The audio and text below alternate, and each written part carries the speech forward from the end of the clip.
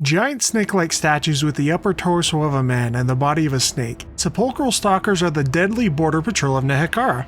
Like the deadly sand vipers of our own world, they are masters of stealth and ambushes, capable of lightning-quick strikes from beneath the desert. When it comes to weaponry, you might think their giant halberds are the bee's knees, but their ability to turn an enemy into a pillar of sand puts most weapons to shame. This is the lore of the Sepulchral Stalkers.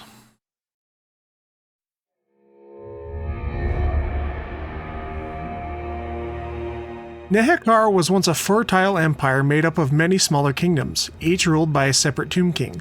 Sepulchral Stalkers were carved along each border as markers and sentinels of each kingdom's domain. Through the magic of the Lich Priests of the mortuary cult, Nehekhara's ancient armies consisted not only of traditional warriors, but also gigantic living statues purposed for war. These marvels allowed them to conquer much of the known world, from the Southlands to the outskirts of what would become Sigmar's empire. But despite the strength of Nehekhara's armies, they could not save themselves from Nagash. The empire of Nehekhara fell, its territory turned to desert, and its population wiped out by the Great Necromancer. The serpentine statues of the Sepulchral Stalkers now lie buried beneath the sands, forgotten there by all but their makers. The Tomb Kings would later rise in undeath, but the realm of Nehekhara is now one of dunes and half-buried monuments. And yet, its treasures are a constant lure for adventurers, or those seeking to uncover dark magical knowledge. Come here, what? To deal with these and all other trespassers, the ancient buried statues of the Sepulchral Stalkers were given new life by their creators. The creation of a new Sepulchral Stalker is one of the most complicated and elaborate rituals of the mortuary cult.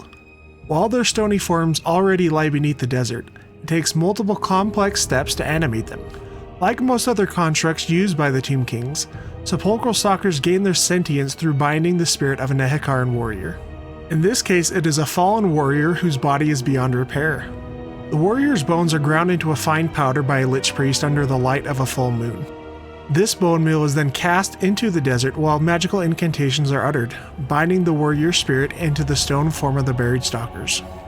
The final portion of the ritual requires the eyes of a desert cockatrice. This weird combination of a chicken, a wyvern, and a serpent is one of the many dark creatures drawn to Nehekhara long ago by the taint of Nagash's great ritual. It is not as physically fearsome as many other monsters, but it is more than a match for many of them because of a deadly ability. The cockatrice can petrify foes with its magical gaze, turning them to stone with a single glance. Now this amazing power is harnessed by the Lich Priest's magic when he casts the eyes into the dunes. The eye's powers are then transferred into the body of the new Sepulchral Stalker. But rather than petrifying an enemy, the Stalker's gaze instead turns them into a pillar of sand. This ability's power, however, is not a sure thing and can in fact cut both ways, which will be explained later in the video. After their creation, Stalkers will begin an eternal patrol of Nehekhara, guarding against any who would intrude upon the land of the dead. This has led to them being called the Eyes of the Desert. Despite their size, they can move beneath the sand with surprising speed and ease, and are drawn to strong or irregular vibrations across the desert. They are instinctive ambush hunters, setting a deadly trap for those who cross their path.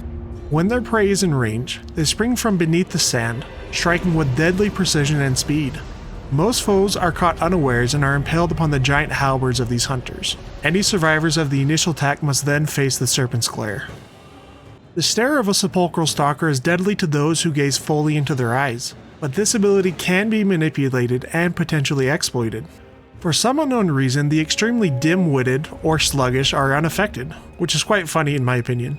The second weakness is that Stalkers are not immune to their own enchantment. Because of this, it is said that clever opponents who survive the initial ambush can attempt to use a Stalker's gaze against itself. This is usually attempted by using polished metal. This tactic, however, is not a foolproof solution. Even a momentary lapse in an opponent's discipline of their eyeline will see their limbs turn and collapse into grains of sand. The safest route when attempting to kill a Sepulchral Stalker is to attempt to get behind it and cut off its head. Doing so is extremely difficult, but even should an opponent succeed in killing one of these fearsome creatures, danger still remains, for destructive power resides in the creature's eyes even after death. I hope you enjoyed this in-depth look at the lore of Nehekhara's border patrol. With that said, I'm Warhammer, and until next time.